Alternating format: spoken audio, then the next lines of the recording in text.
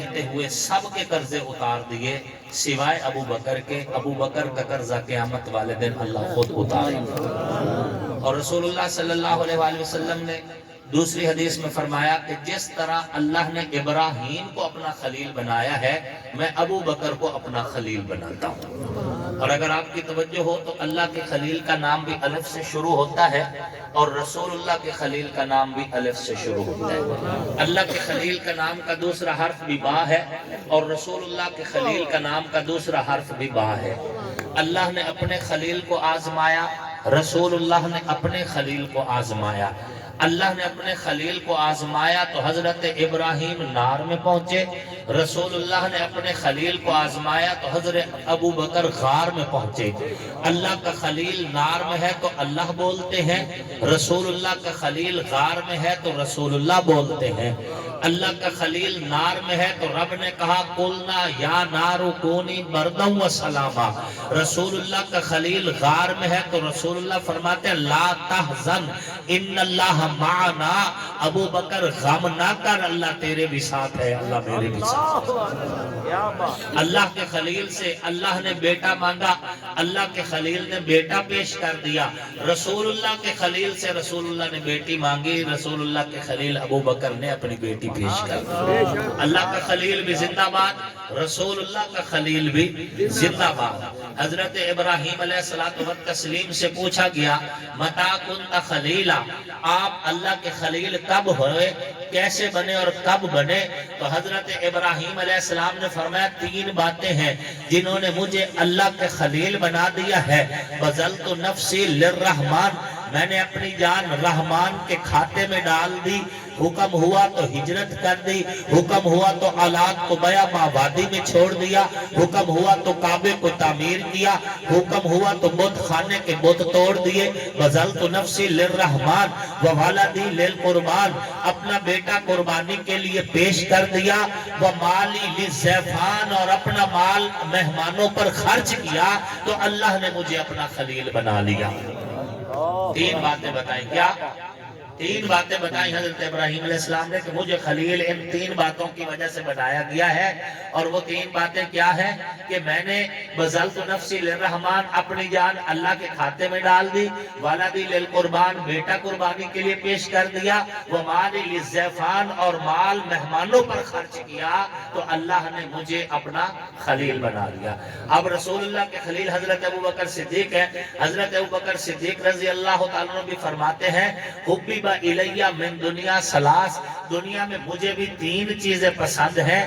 النظر الی وجہ رسول اللہ, نظر ابو بکر کی ہو, چہرہ مصطفیٰ کا ہو.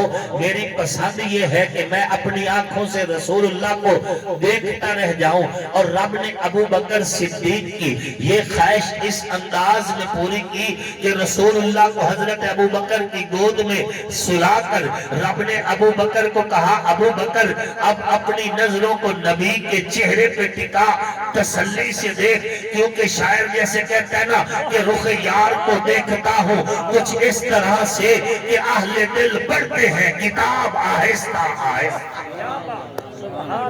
تین دن حضرت ابراہیم علیہ السلام نار میں تھے تو انہوں نے نار میں تجلیات خدا کو دیکھا. حضرت ابو بکر غار میں تھے تو انہوں نے تجلیات مصطفیٰ کو دیکھا. اور حضور کا سر مبارک ابو بکر کی گود میں یوں تھا جیسے رحل میں قرآن رکھا تھا,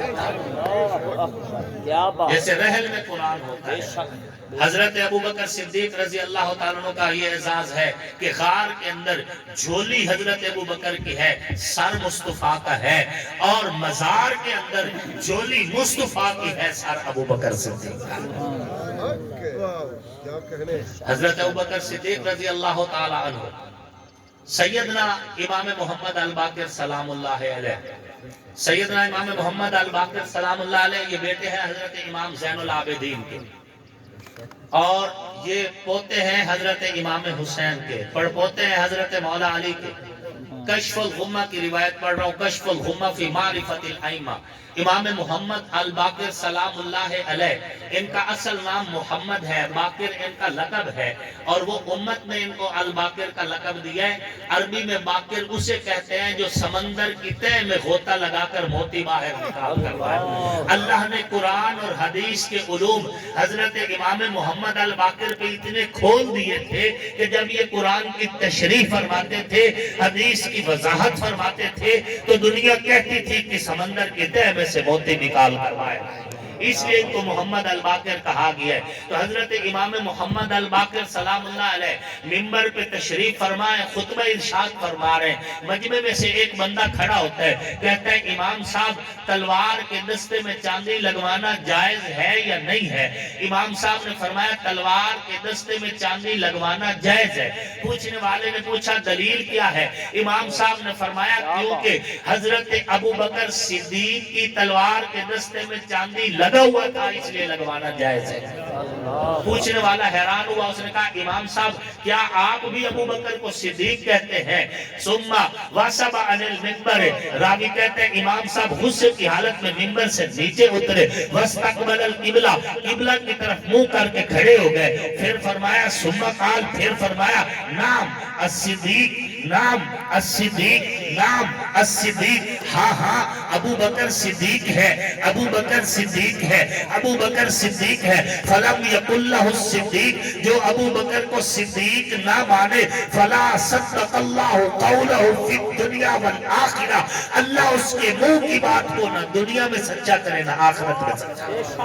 بے شک کیا بات۔ سیدنا امام محمد الباقر سلام اللہ علیہ، میں منبر رسول پہ بیٹھا ہوں، بے شک بے شک، جھوٹ ویسے بھی نہیں بولنا چاہیے، اور میں تو حضور سے بیٹھا ہوں۔ یہ وہ چیزیں ہیں جو آپ کو سنائی نہیں جاتی، دونوں سٹیجوں پہ نہیں سنائی جاتی، وگرنہ یہاں عزتوں کی باتیں دونوں طرف سے ہوتی رہی۔ سیدنا ابوبکر صدیق رضی اللہ تعالیٰ عنہ خلیفہ وقت ہے، ان کی صاحبزادی ام المؤمنین حضرت امی عائشہ صدیقہ نے پوچھا ابا جان آپ خلیفہ وقت ہیں، آپ دنیا کے اندر جب محفل میں بیٹھتے ہیں دنیا ساری آپ کا چہرہ دیکھتی ہے، اور میں نے کئی بار دیکھا آپ بار بار علی کا چہرہ دیکھتے ہیں، وجہ کیا ہے؟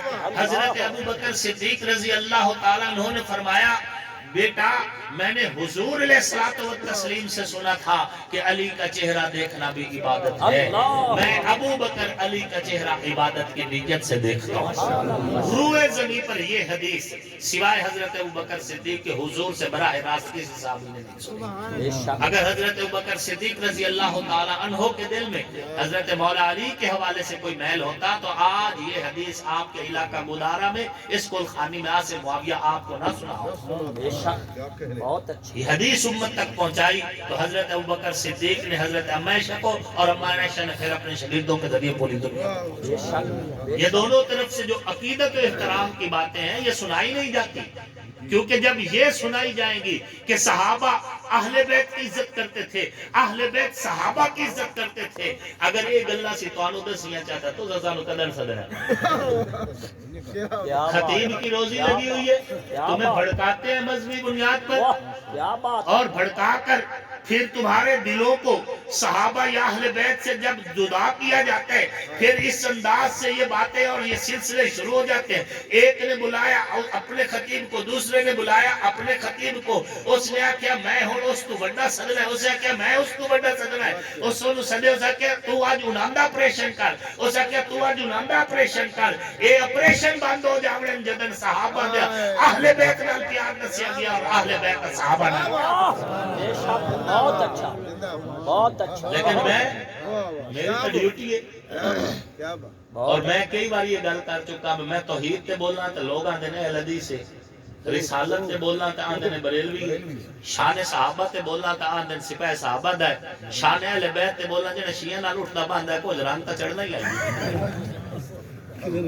بھئی میری ڈیوٹی ہے، واہ مولا، میرا گزارا نہ توحید کے بغیر ہے، بے شک، نہ سیرت مصطفیٰ کے بغیر ہے، کیا بات، نہ حضور کے یرانے کے بغیر ہے، نہ حضور کے گھرانے کے بغیر ہے۔ صاحبزادہ مولانا محمد آصف معاویہ سیاہ،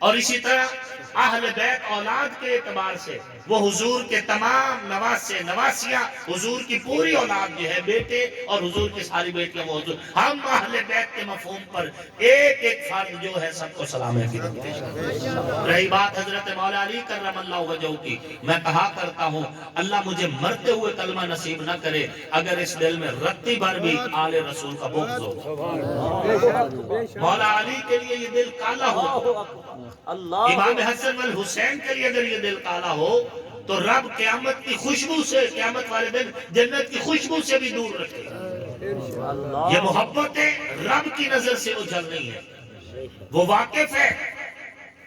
ہم الحمدللہ ہماری اوقات نہیں کہ حضرت علی کرم اللہ وجہہ کے بارے میں کوئی دل کے اندر میل رکھیں یا ان کے خاندان کے کسی بھی فرد کے حوالے سے تو من یا نہ من، مینوں رب دی قسم میں نوکر پنجا تے ماراں دا ہاں، صدیق و عمر عثمان و علی آقا دے سارے یاراں دا۔